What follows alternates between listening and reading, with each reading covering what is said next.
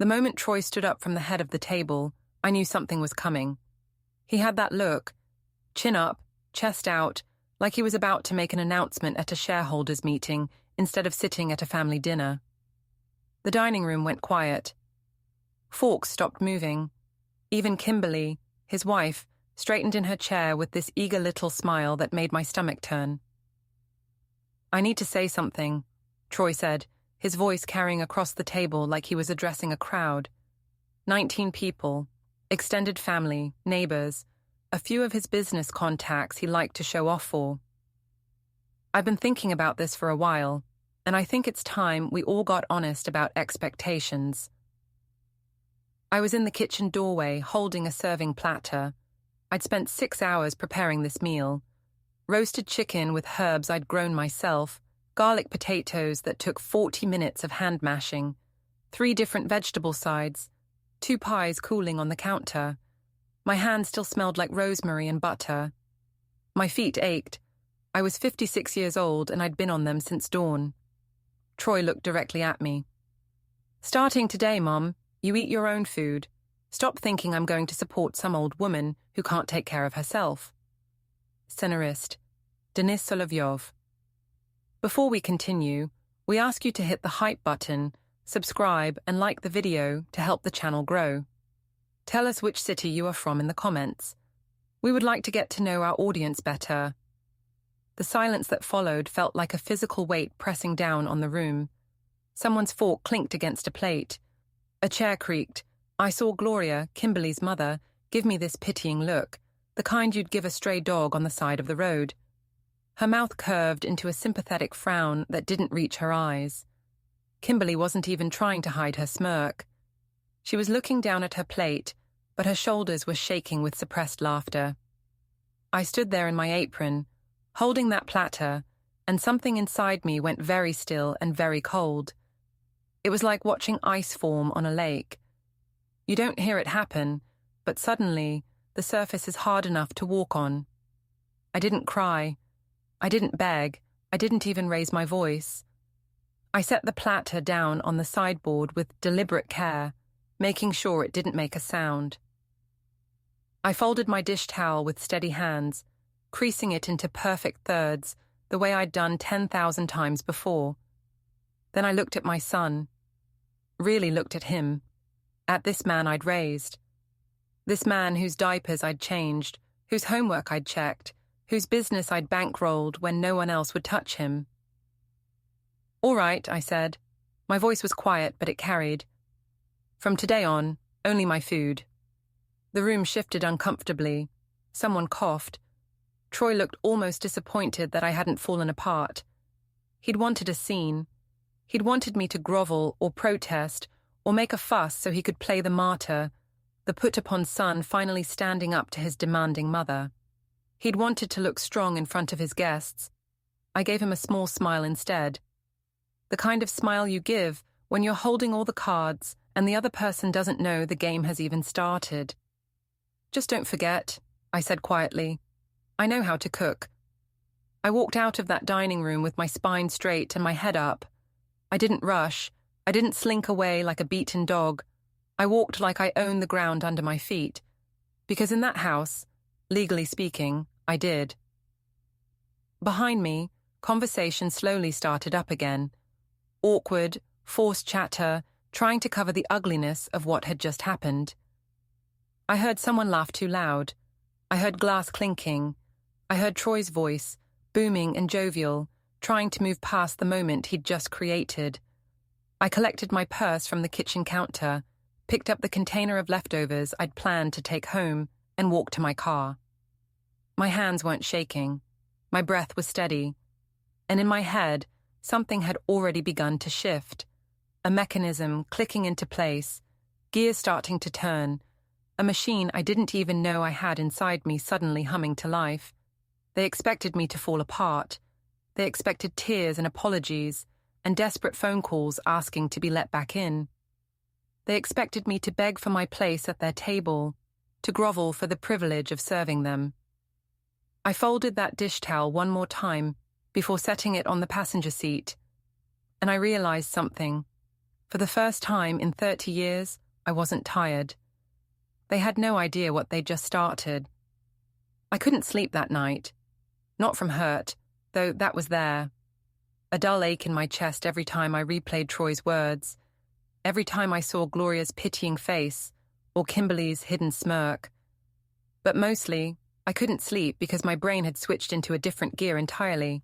Clinical, calculating, planning.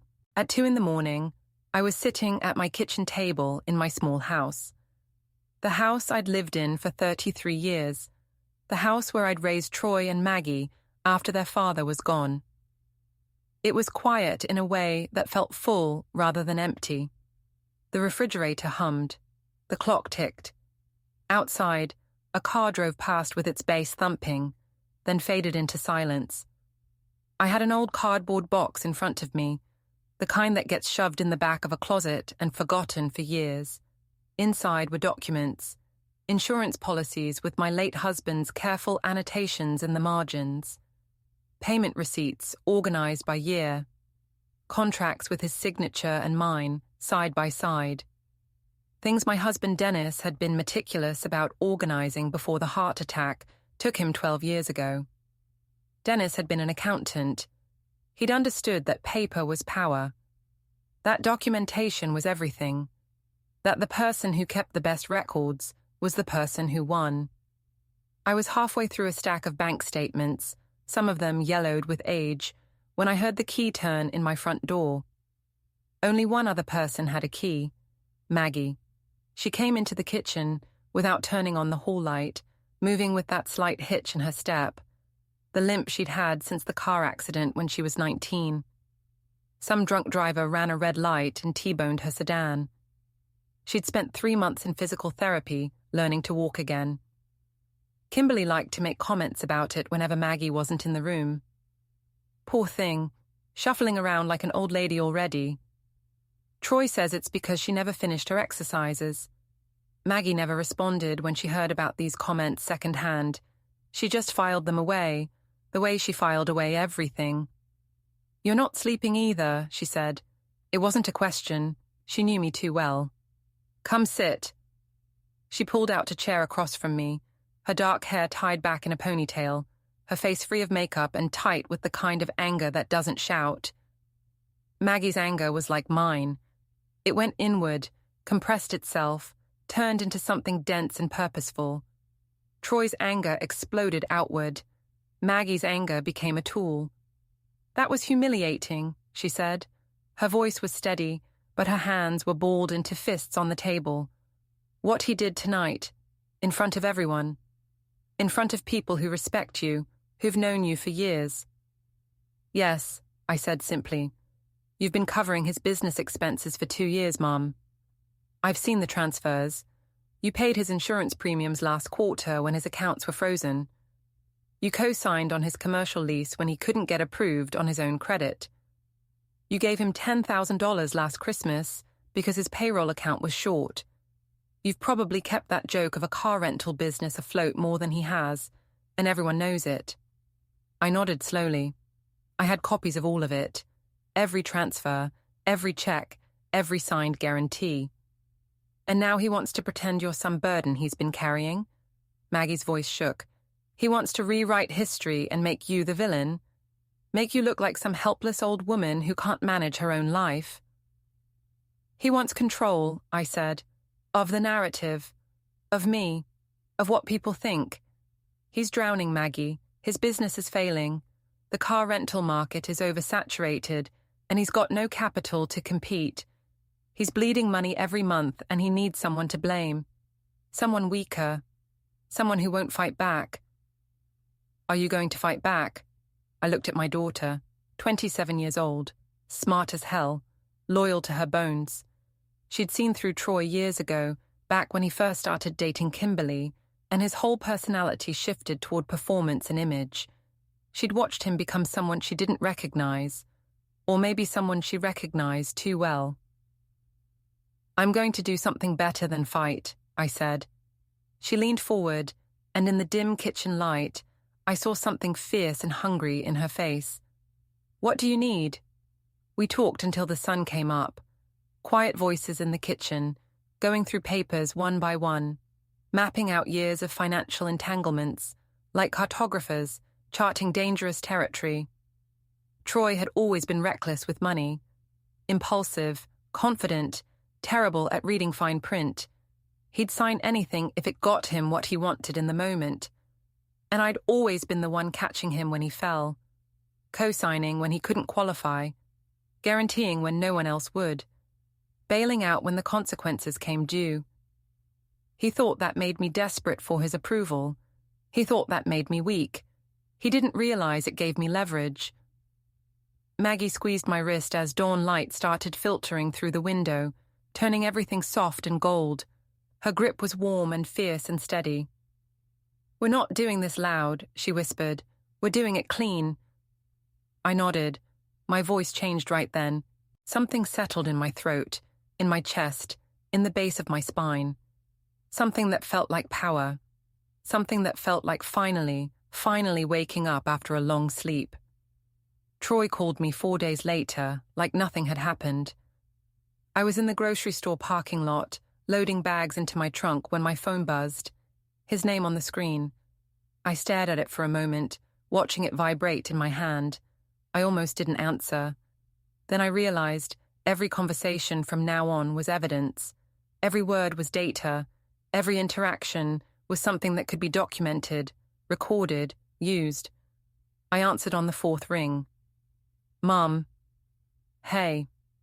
His voice was casual, breezy, like we'd just talked yesterday about something pleasant. Like he hadn't humiliated me in front of 19 people less than a week ago. "Listen, my birthday's coming up. End of the month." "I know when your birthday is, Troy." I kept my voice neutral. "Right. Well, Kimberly and I want to do something nice this year. Family dinner. But like, a real one. We're thinking 19 people. Maybe 20 if the Hendersons can make it." I stood very still in the parking lot.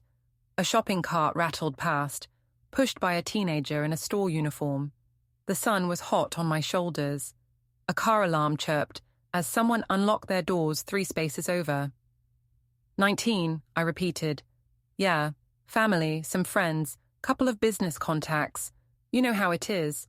Important to maintain relationships, keep the network strong. Anyway, I need you to handle the food. Make it good. Don't embarrass me. Can you do that?" Could I do that? Could I cook for 19 people? Could I spend hours in the kitchen preparing an elaborate meal for the son who'd publicly declared he wasn't going to support me anymore, who'd called me a burden in front of witnesses, who'd rewritten our entire history to make himself look like a saint and me like unnecessary weight? "Yes," I said. "I can do that."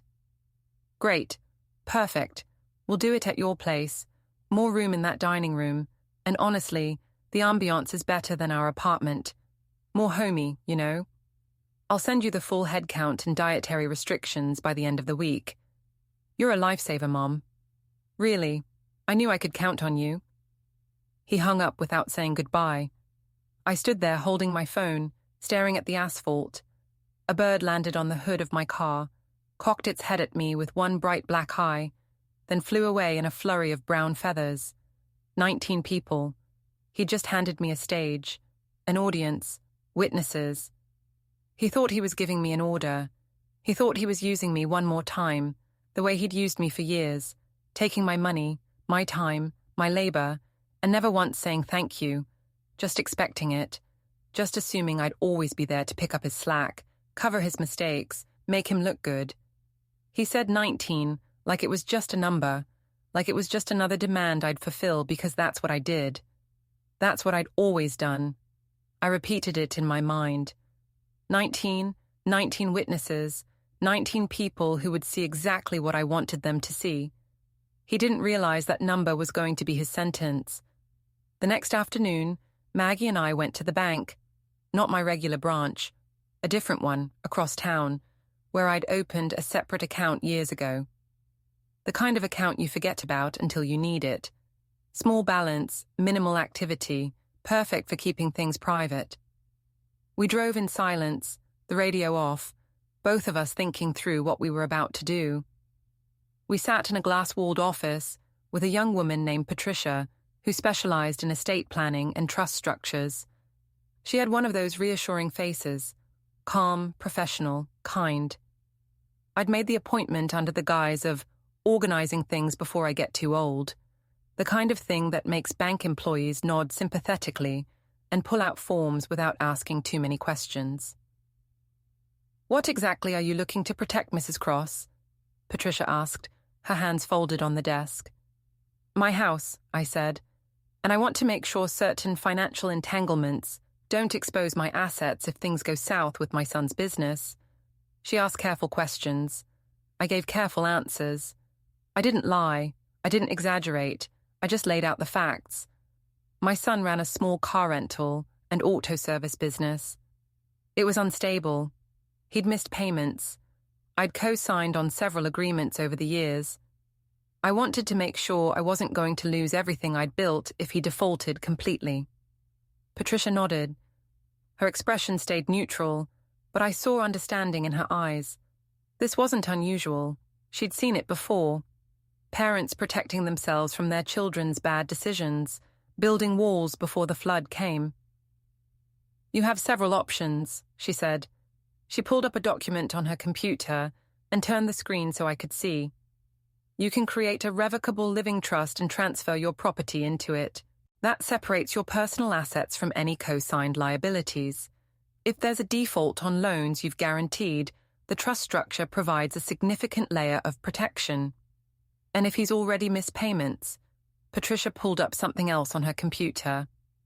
"Let me check the terms of the documents you brought." I'd brought copies of everything. The commercial lease I'd co-signed 3 years ago when Troy's business was just getting started. The equipment loan I'd guaranteed when he needed to buy additional vehicles. The line of credit I'd backed when his business was 6 months old and no bank would touch him without a guarantor.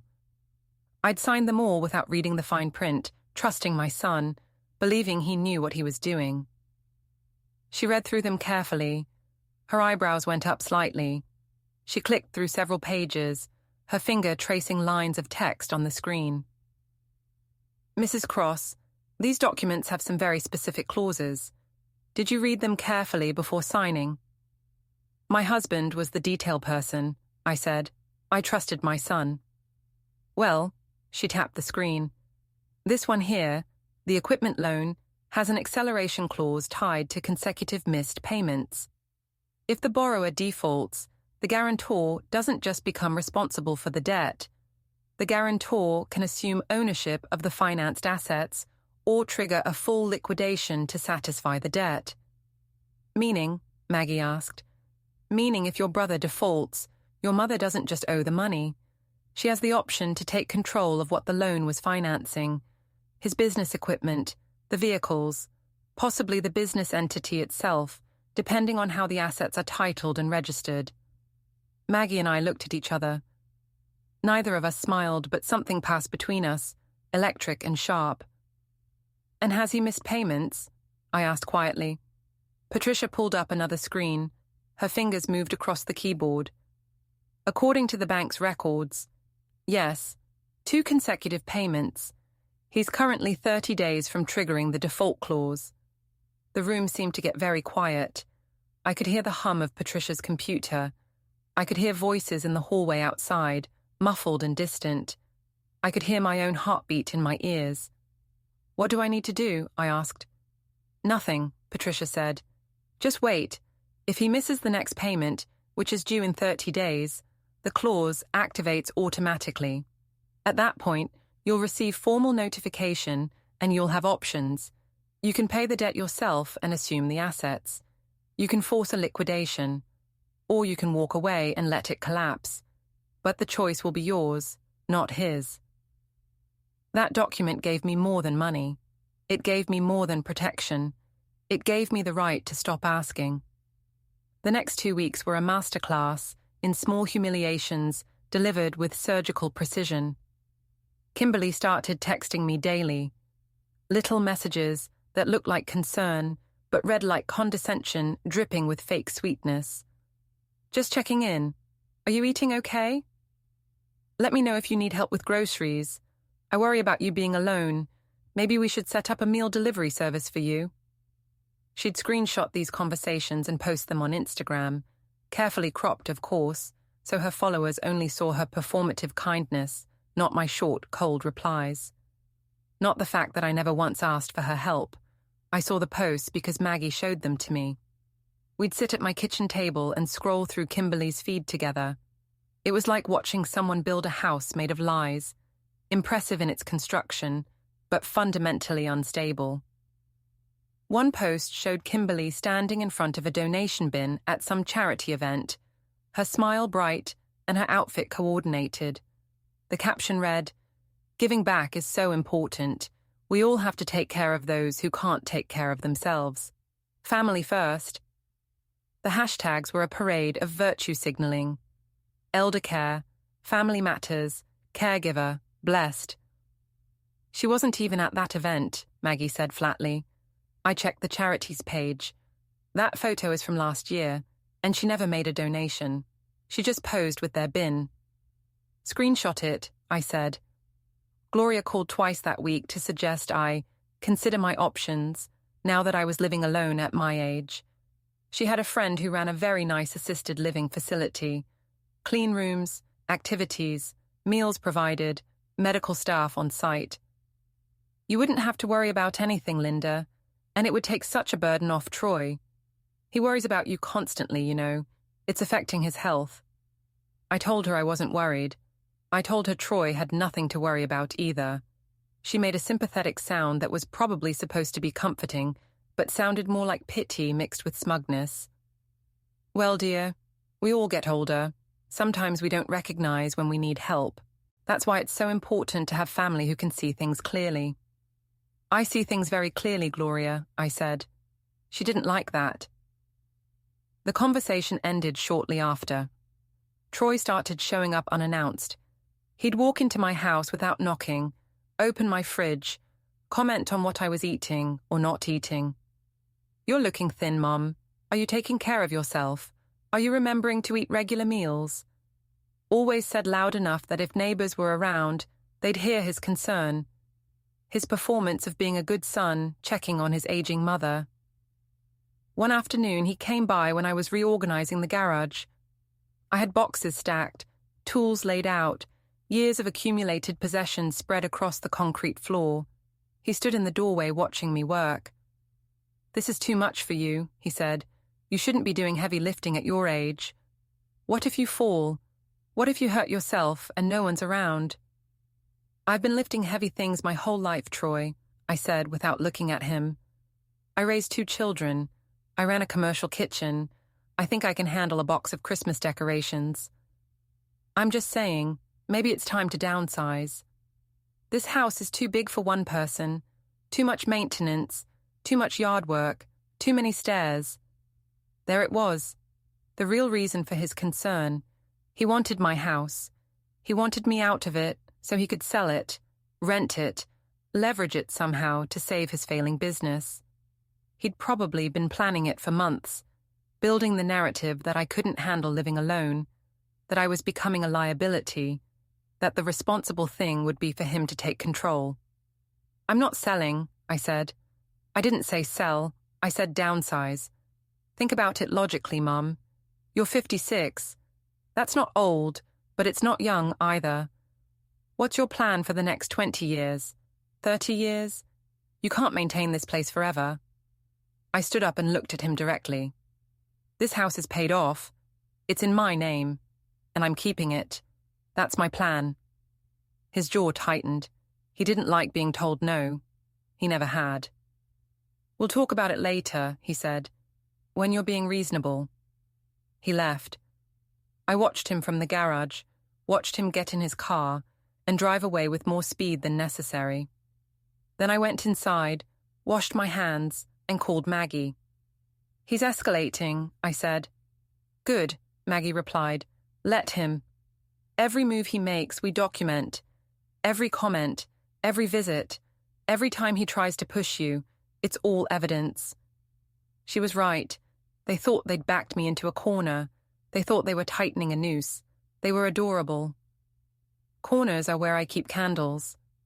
3 weeks before Troy's birthday dinner, Maggie and I sat down at my dining room table to plan the event. Not the food, the reveal. We spread everything across the polished wood surface like generals planning a campaign. Documents, screenshots, bank statements, contracts. Years of evidence laid out like ingredients for a recipe. Everything organized, everything labeled, everything cross-referenced. "We need to structure this by person," Maggie said. She was in full planning mode now, focused, methodical, ruthless. She'd brought her laptop and had created a spreadsheet with tabs for each guest. Each person gets their own reveal, individual courses, personal humiliations. Kimberly first, I said, her social media lies, the fake charity work, the made-up caregiving narrative. Maggie pulled up her phone. She'd been tracking Kimberly's posts for months, archiving everything, every inspirational caption about family sacrifice, every performative display of generosity, every carefully staged photo that told a story completely divorced from reality. "Look at this one," Maggie said, turning her screen toward me. The photo showed Kimberly at a food bank, holding a donation box, her smile radiating compassion. The caption was a masterpiece of false humility. "Sometimes the best thing we can do is give back to those who gave us everything. Taking care of Troy's mother has taught me so much about gratitude and sacrifice. She may not have much, but she has us." "I may not have much," I repeated slowly. "You own your house outright," Maggie said. "You have retirement savings. You've been financially supporting them. But she's telling the internet you're destitute and they're your saviors. Print it, all of it." Maggie's fingers flew across her keyboard. "I've got 19 posts total that fit this narrative. 7 mention you specifically. 12 are general virtue signaling that she'll want to deny later. But there's more." She pulled up a banking app. "Remember when she posted about organizing a charity drive for elderly homebound residents? Big campaign, lots of hashtags.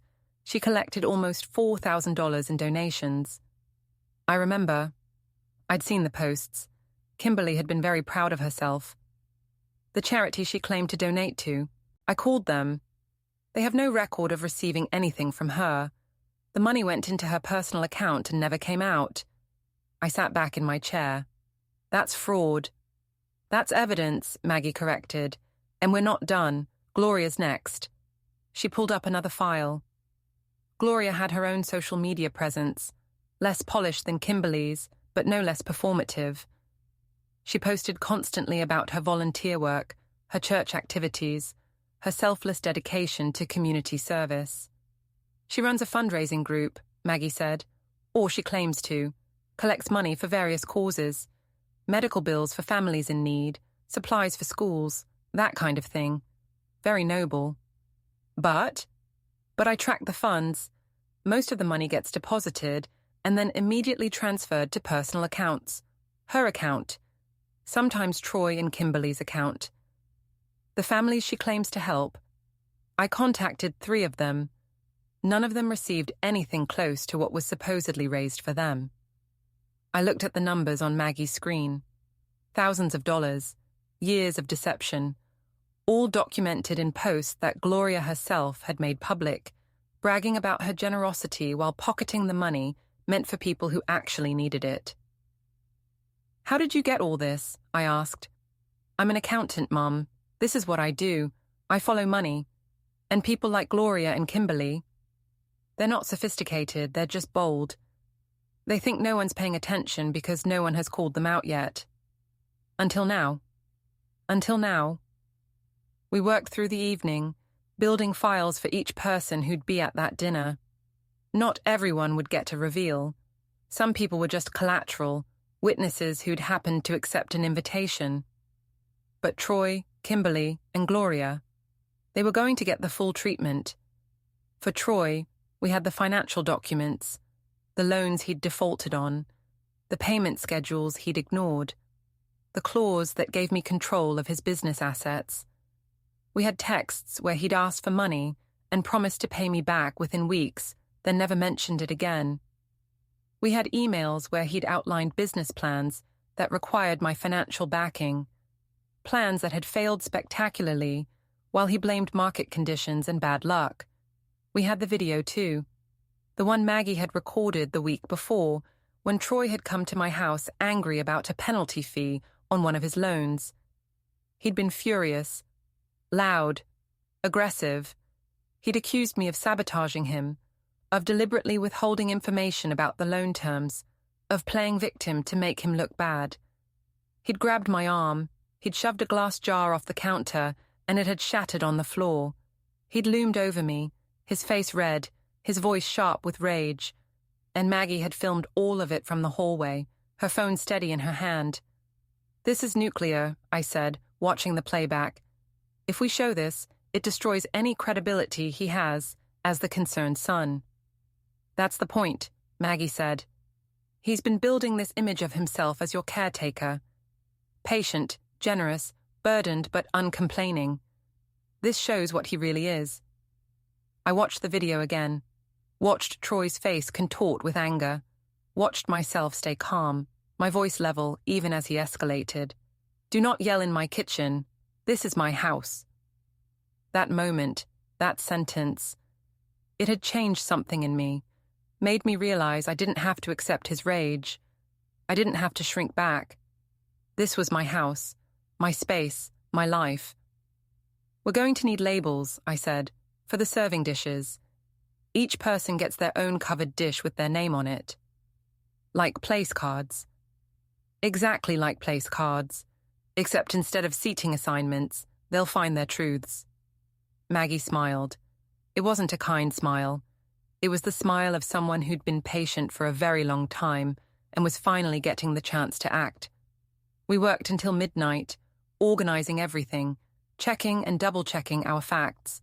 We rehearsed the timing, who would be revealed first, how I would present each piece of evidence, what I would say, how Maggie would support me. "You're sure about this?" Maggie asked as we were packing up. "Once we do this, there's no going back. The family will split. People will take sides. It's going to get ugly."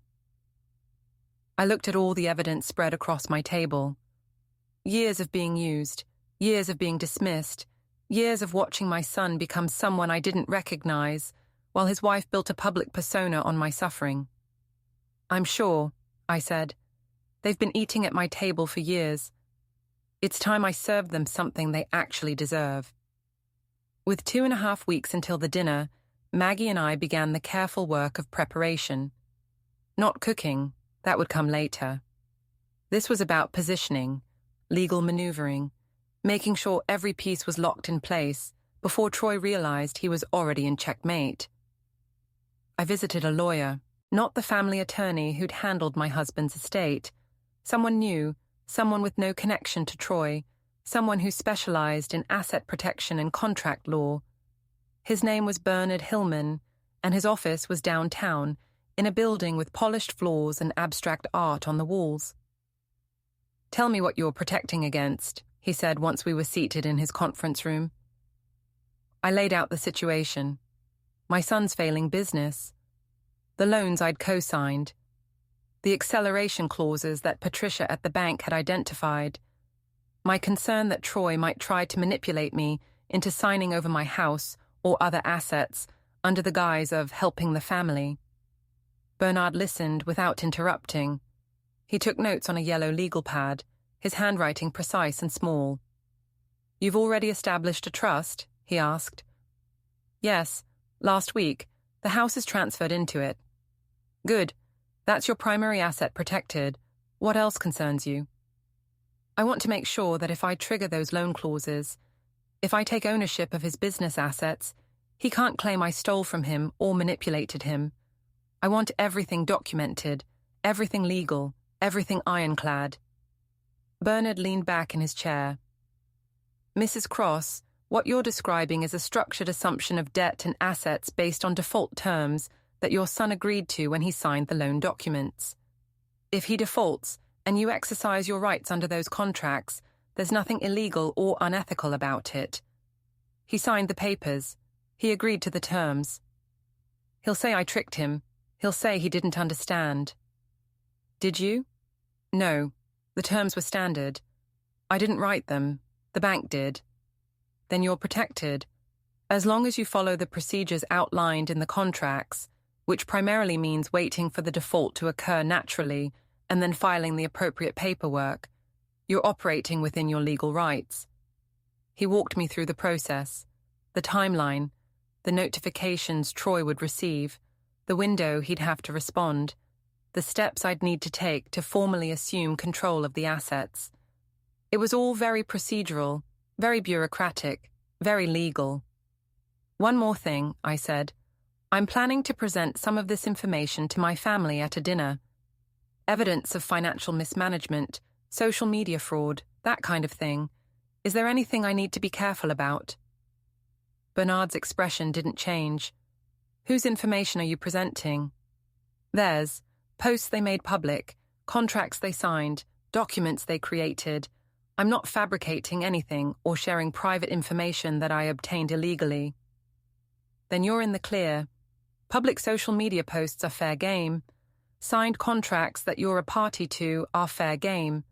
As long as you're not violating confidentiality agreements or accessing private accounts without permission, you can share what you want.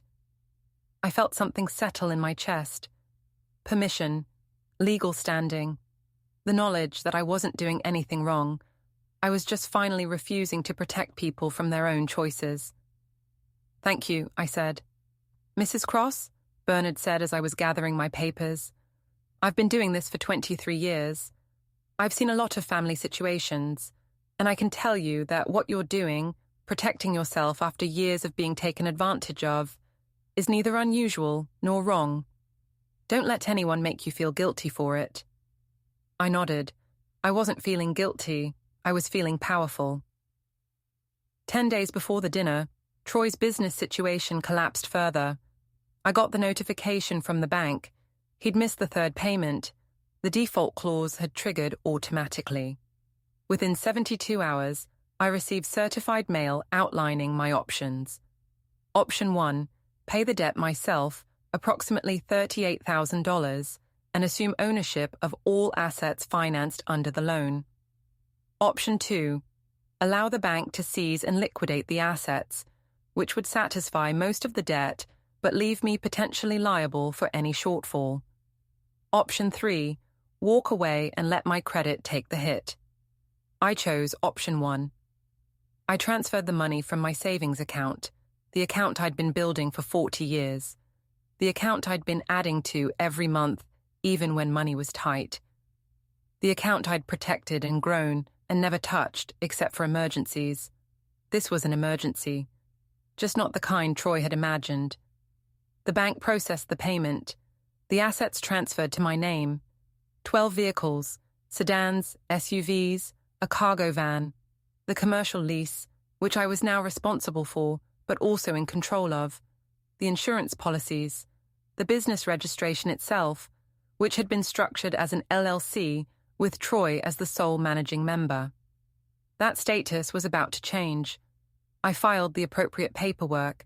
Because Troy had defaulted and I'd satisfied the debt using the acceleration clause, I now had legal grounds to force a change in the LLC's management structure.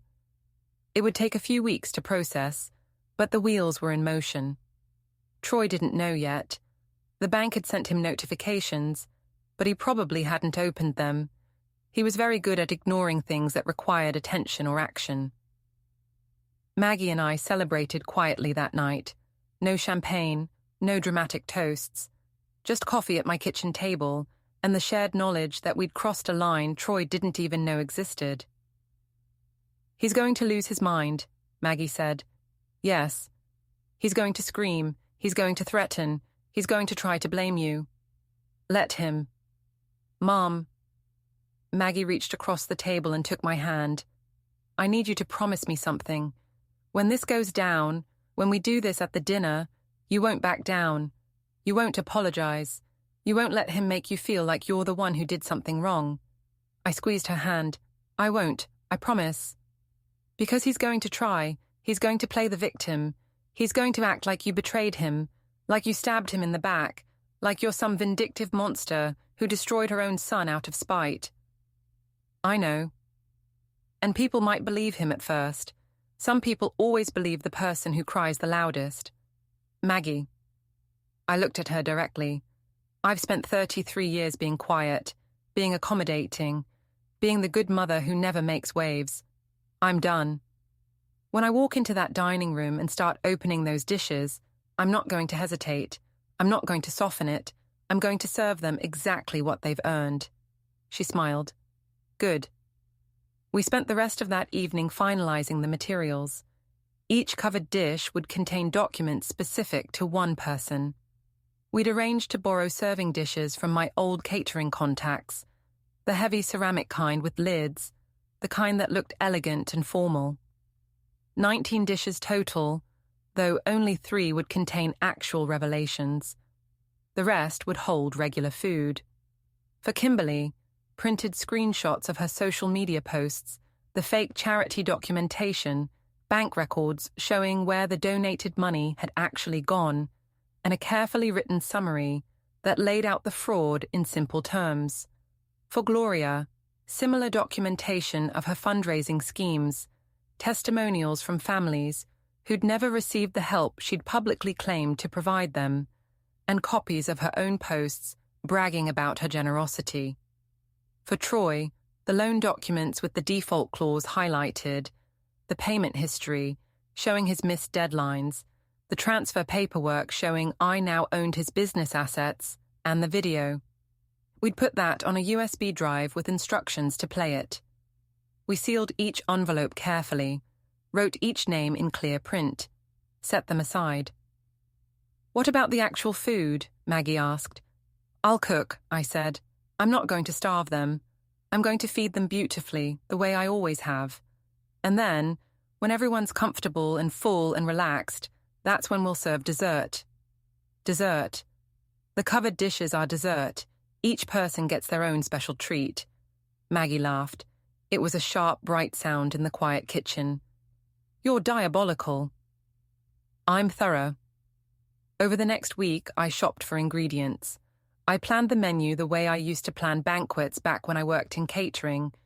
Courses that flowed into each other, flavors that complemented, timing that allowed me to manage everything without looking stressed. Troy had asked for impressive. He was going to get impressive. I also bought a small camera, one of those tiny things you can hide almost anywhere. I set it up in the corner of my dining room where it would capture the whole table. I wasn't sure I'd need the footage, but I believed in documentation. If Troy tried to claim later that I'd attacked him, or threatened him, or done anything inappropriate, I'd have video proof of exactly what happened. Maggie came over 3 days before the dinner. We did a full rehearsal.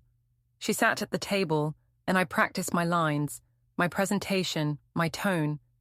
I needed to sound calm, factual, not angry, not vindictive, just informative. When you open Kimberly's dish, Maggie said, she's going to panic immediately. She'll try to grab the papers. She'll try to shut you down. Then you block her. I will. But you need to keep talking. Don't let the chaos derail you. Just keep going through the evidence, point by point, like you're giving a presentation. We practiced that scenario. Maggie played Kimberly, interrupting, protesting, trying to create confusion. I kept my voice steady and continued speaking. It felt mechanical at first, but after a few run-throughs, it started to feel natural. What about Troy? I asked. Troy's going to try to physically intimidate you.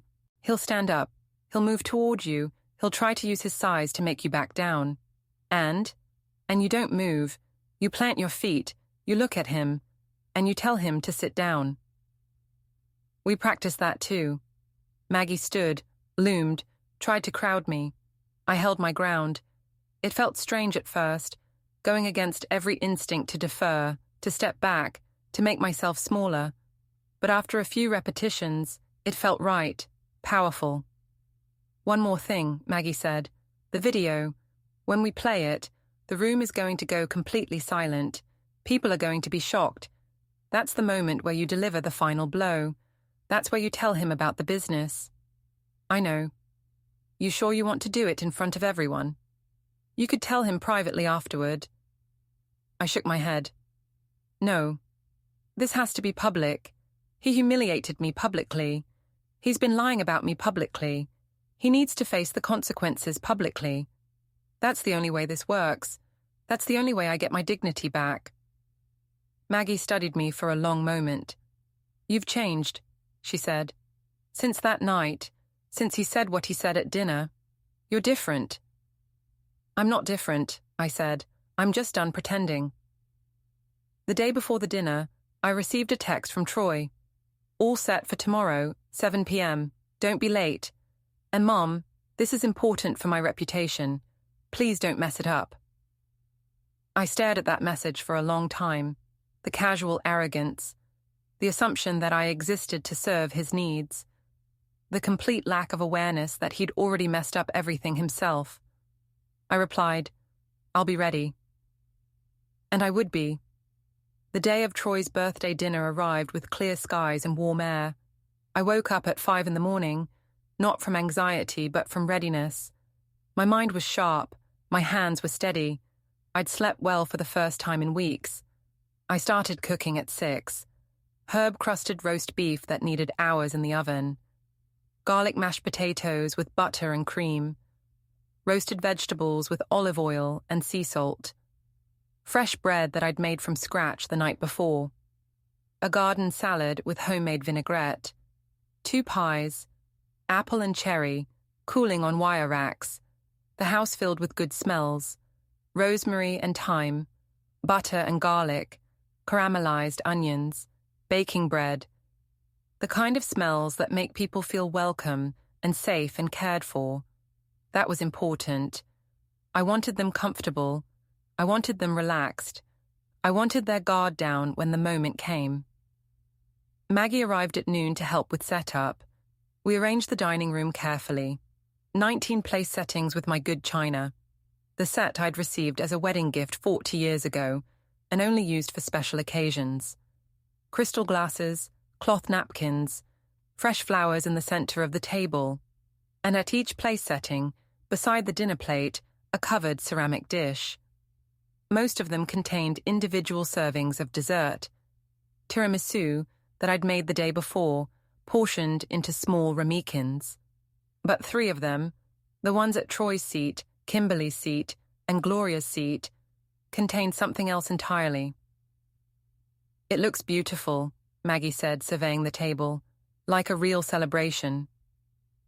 It is a celebration, I said, just not the kind they're expecting. We checked the camera one more time. It was positioned perfectly, hidden behind a decorative vase on the sideboard, its lens pointed at the table. The battery was fully charged. The memory card was empty and ready. At 6:30, I changed into a simple black dress, elegant but not fancy, understated. I wanted to look put together, but not like I was performing.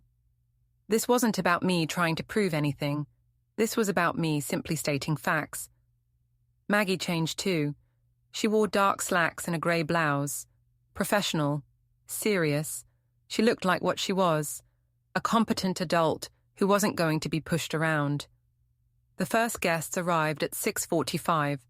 Troy's business associate, a man named Jeff who ran an insurance agency, then my sister Ruth and her husband, then neighbors from down the street.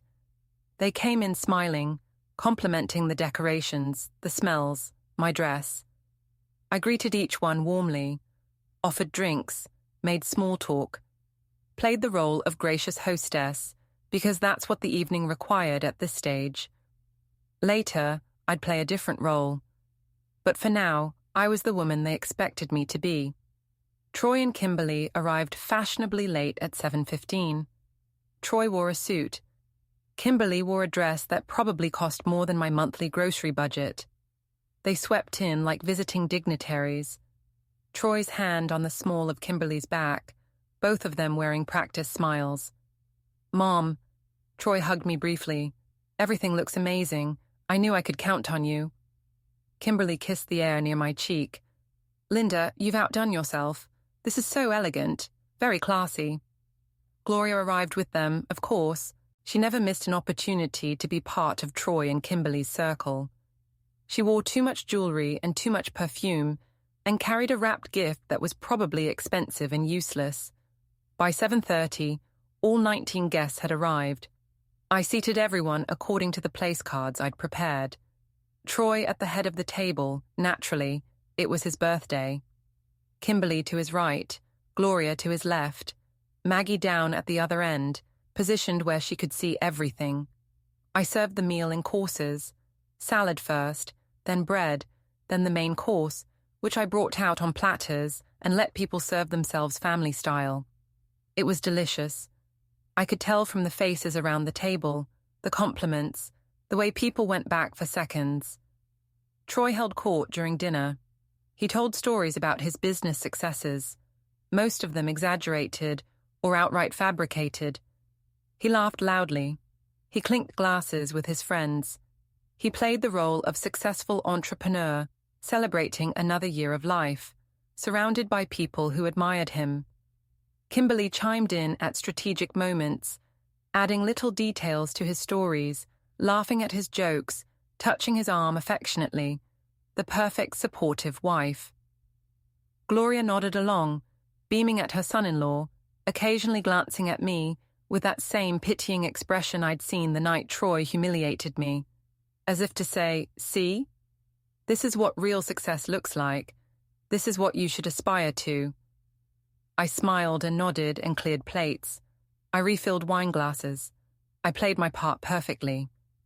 At 8:45, with the main course finished and the table settling into comfortable, wine-warmed conversation, I stood up. "I'd like to say a few words before we move to dessert," I said. My voice was calm and clear. The table quieted. People turned to look at me with pleasant, expectant faces. Troy smiled indulgently. "Mom, you don't have to make a speech." "I do, actually," I said. "It's important." I picked up my water glass. Not wine. I wanted to be completely sober for this. "Troy, 33 years ago, I gave birth to you in a hospital room at 3 a.m. You were 8 pounds, 6 ounces. You had a full head of dark hair, and you screamed like you were furious at the world." Some people chuckled. "Your father and I brought you home to this house, this very house, and we raised you here. We fed you here. We taught you here. We loved you here." Troy's smile was starting to look uncertain. "When your father passed 12 years ago, this house became my responsibility, mine alone. I've maintained it, I've paid for it, I've kept it running, and I've helped you, Troy. Over and over, I've co-signed loans, I've guaranteed credit, I've paid insurance premiums and covered shortfalls, and bailed you out of tight spots. Not because I expected gratitude, but because that's what family does." The table was very quiet now. A few people were starting to look uncomfortable. "But 2 weeks ago, you stood up at a dinner just like this one and told everyone here that you wouldn't support some old woman who couldn't take care of herself. You said it in front of witnesses. You said it loud enough to make sure everyone heard." Troy's face was flushing. "Mom, that's not—" "Don't interrupt me." My voice didn't rise, but it cut through his protest like a knife. "You had your chance to speak. Now it's mine." I gestured to the covered dishes at each place setting. "I've prepared dessert," I said. "Individual servings. Most of you will find tiramisu under those lids, but 3 people at this table are going to find something different, something they deserve." Kimberly's face had gone pale. "What is this?" "This is honesty," I said. "This is transparency. This is me, finally, serving the truth." I walked around the table to Kimberly's seat. I picked up her covered dish. I removed the lid. Inside were the papers, the screenshots, the evidence. Kimberly stared down at them, her mouth opening and closing silently. "Those are your social media posts," I said calmly, as if I were describing a recipe. "The ones where you claim to be taking care of me, where you call me helpless, where you portray yourself as my savior while asking for donations to help elderly, homebound residents." Donations that never went to any charity. Donations that went into your personal account. That's not... Kimberly reached for the papers. Maggie was there instantly, one hand on Kimberly's shoulder, gently but firmly pushing her back down into her seat. Don't, Maggie said quietly. I continued speaking, my voice steady and factual. The evidence is all there. Bank records, screenshots with timestamps, statements from the charity you claim to donate to, confirming they never received a penny from you. $4,000. That's how much you collected. That's how much you kept. The room was utterly silent. A fork clinked against a plate. Someone else coughed. I moved to Gloria's seat, removed her lid. And here we have Gloria's fundraising records, I said. Very similar situation. Years of collecting money for families in need. Years of posting about your generous heart and your dedication to helping others. Years of keeping most of that money for yourself. Gloria stood up abruptly. This is outrageous. This is slander. You can't... I can, I said, because it's all documented. I have testimonials from 3 families you claim to help. Families who never received the money you said you raised for them. I have bank records showing deposits and transfers. I have your own posts, Gloria, your own words, bragging about your charity work. All of it's in that dish. Feel free to read through it. Gloria sat back down heavily. Her face had gone grey. I turned to Troy. He was staring at me with an expression I'd never seen before. Confusion and anger, and something that might have been fear. And now we come to the birthday boy, I said. I walked to his seat, picked up his covered dish, held it for a moment. Troy, do you remember signing loan documents 3 years ago? Do you remember the terms? I don't... You don't remember because you didn't read them. You never read them. You just signed where I told you to sign because you trusted me to protect you. I removed the lid. Those are copies of the equipment loan you defaulted on, the loan I co-signed, the loan with the acceleration clause that you triggered when you missed 3 consecutive payments. I pulled out the first document and held it up so the table could see. This clause, right here, states that if the borrower defaults, the guarantor has the option to assume ownership of all financed assets by satisfying the debt. Troy's face was turning red. You can't... I can. And I did. 10 days ago, I paid your debt. $38,000. And as of 48 hours ago, I legally own 12 vehicles registered to your business. I own the lease to your commercial location. I own the insurance policies. And I'm in the process of taking control of the LLC itself. The room erupted. Troy was on his feet, lunging for the documents. Kimberly was shouting something about fraud. Gloria was protesting loudly that this was all lies. Other guests were talking over each other, some asking questions, some trying to understand what was happening. I stood perfectly still in the center of the chaos, waiting. Maggie appeared beside me, her phone in her hand. Everyone sit down, she said. Her voice wasn't loud, but it carried. There's more. The room gradually quieted. Troy was standing, his face purple with rage, his hands balled into fists. Sit down, Troy, I said. You can't do this. You can't just... Sit down. Something in my voice stopped him. Maybe it was the finality. Maybe it was the realization that I wasn't backing down. Maybe it was the fact that 19 people were watching him and he was starting to look unstable. He sat. Maggie connected her phone to the small TV I'd set up on the sideboard.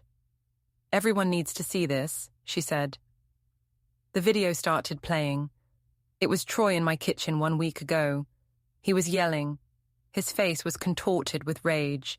He was accusing me of sabotage, of manipulation, of deliberately trying to ruin him. And then he grabbed my arm, yanked me toward him, shoved the glass jar off the counter where it shattered on the floor.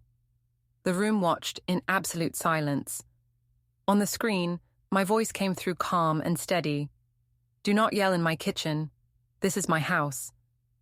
The video ended. Nobody spoke. Troy was staring at the blank screen, his mouth open. That's who he really is, I said quietly. That's the son who stood up 2 weeks ago and told everyone he wouldn't support his old mother. That's the man who's been telling people I can't take care of myself while he's been living off my money and my labor for years. I turned to face the table. All 19 guests were staring at me. I'm 56 years old, I said. I own my home, I have savings, I have skills, I have strength. I don't need anyone to take care of me. What I needed was for my son to stop using me as a prop for his fake image while bleeding me dry behind the scenes. Troy stood up again. This time he was shaking. You're insane. You're a vindictive, crazy old woman, and I'm going to... You're going to what? I asked. I stepped toward him instead of away. You're going to threaten me? In front of witnesses? Again? You're going to try to intimidate me in my own house? He lunged forward. Maggie was faster. She moved between us, and despite her limp, she was solid and unmovable. Don't touch her, Maggie said. Her voice was ice. Troy looked at his sister, at me, at the table full of people who'd just watched a video of him assaulting me, at the evidence spread across the table, proving his wife and mother-in-law were frauds. He looked at his own hands, trembling with rage and humiliation. This is what you gave me for my birthday? His voice cracked. You destroyed me? No, I said. You destroyed yourself. I just stopped catching you when you fell. I reached into my pocket and pulled out one more document. The final one. I'd been saving it. This is the paperwork transferring the LLC management rights to me, I said. I laid it on the table in front of him. As of this morning, I control your business, Troy. Not as a partner, as the owner. You defaulted. I paid. The company is mine. He stared at the document like it was written in a language he couldn't understand. You have 2 choices, I said. You can work for me. And if you work for me, you'll do it honestly and professionally, and you'll rebuild what you've destroyed. Or you can walk away and start over somewhere else. But either way, you're done pretending you built something on your own. You built it on my money, my credit, my willingness to believe in you. Troy's eyes were wet. For a moment, I thought he might cry.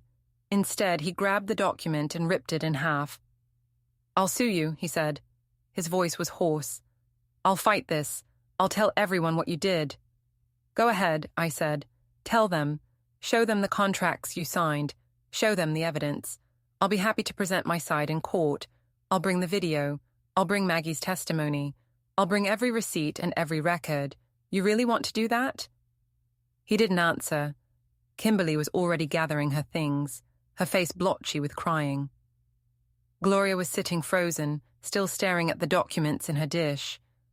Troy looked around the table one more time, at his friends who were avoiding his eyes, at the business associates who were already calculating how this would affect their relationships with him, at me, standing calm and steady at the center of the wreckage. I'm your son, he said. It came out like a plea. Yes, I said. You are. And I loved you enough to catch you every time you fell. But I also loved myself enough to finally let you hit the ground. I picked up my water glass, raised it slightly. Happy birthday, Troy, I said. Starting today, I eat my own food. Troy stood there for one more moment. Then he turned and walked out. Kimberly followed, practically running. Gloria hesitated, then grabbed her purse and hurried after them. The front door slammed. The remaining guests sat in uncomfortable silence. I set down my glass and looked at them. There's tiramisu for anyone who'd like dessert, I said pleasantly. I made it from scratch. Nobody moved. I walked to the sideboard, picked up a serving of tiramisu and took a bite. It was perfect, rich and sweet and exactly right. Behind me, I heard chairs scraping, guests gathering their things, murmuring polite excuses. The party was over. Maggie stood beside me, solid and steady. You okay? She whispered. I took another bite of tiramisu and smiled. I'm perfect, I said. The house emptied quickly. People filed out with awkward goodbyes and promises to call that we all knew they wouldn't keep. My sister Ruth paused at the door, squeezed my hand and said simply, About damn time. Then she was gone too.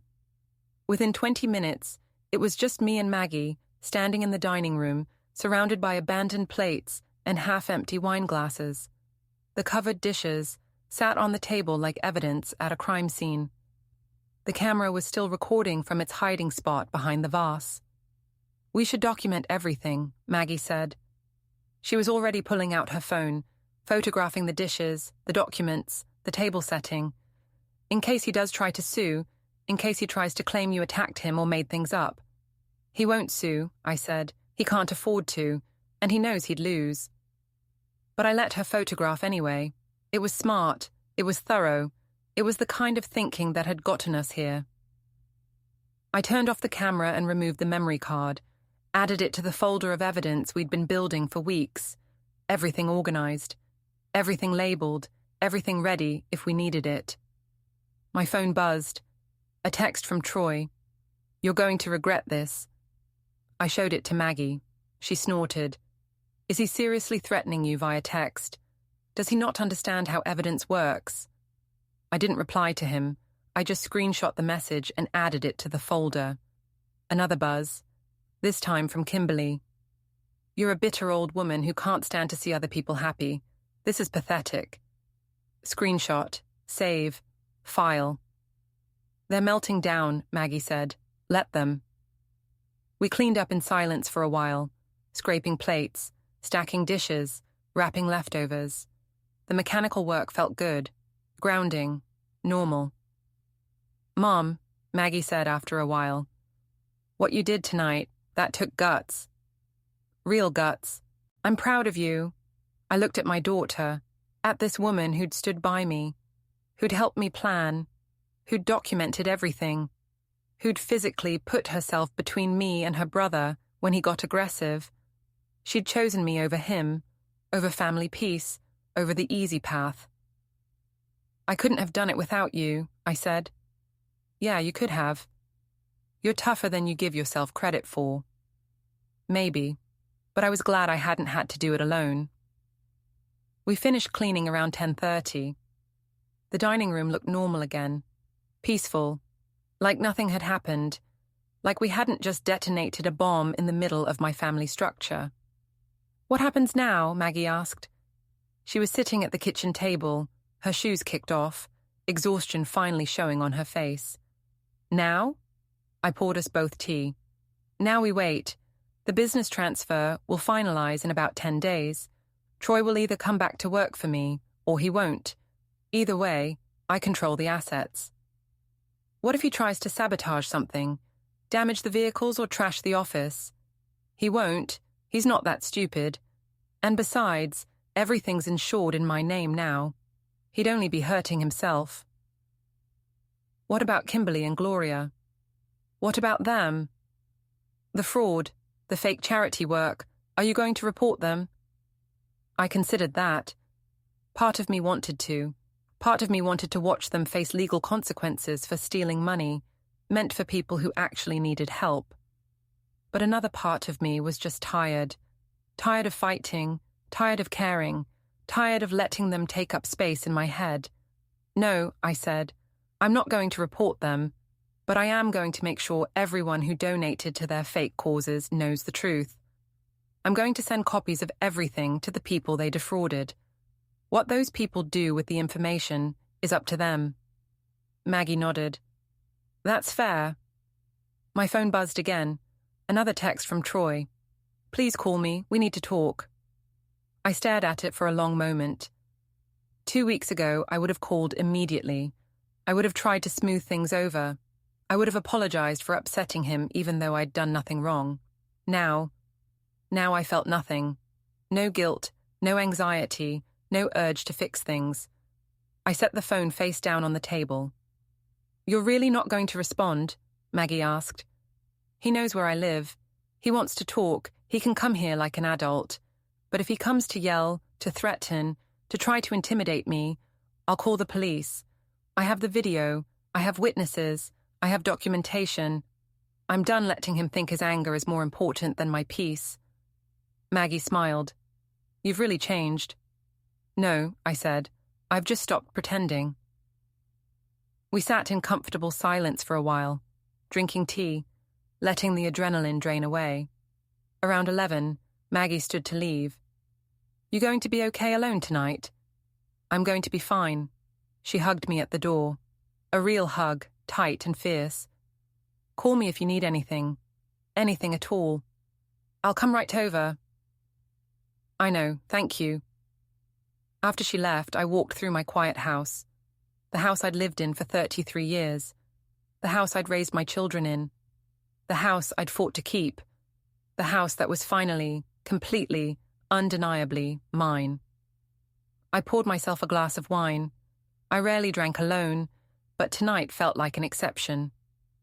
I sat in my living room in the dark, looking out at the street. Cars drove past, streetlights flickered, a dog barked somewhere in the distance. My phone buzzed one more time. I picked it up, expecting another message from Troy, but it was from Ruth, my sister. I should have said this years ago, but I'm saying it now. I'm sorry I didn't speak up. I saw what he was doing to you. I saw him using you. I should have said something. I should have backed you up. I'm proud of you for finally standing up for yourself. You were magnificent tonight. I read it 3 times. I finished my wine, rinsed the glass, turned off the lights, walked upstairs to my bedroom. I lay in bed in the dark, staring at the ceiling. I should have felt guilty. I should have felt sad. I should have felt like I'd done something terrible to my own son. But I didn't. I felt powerful. I felt free.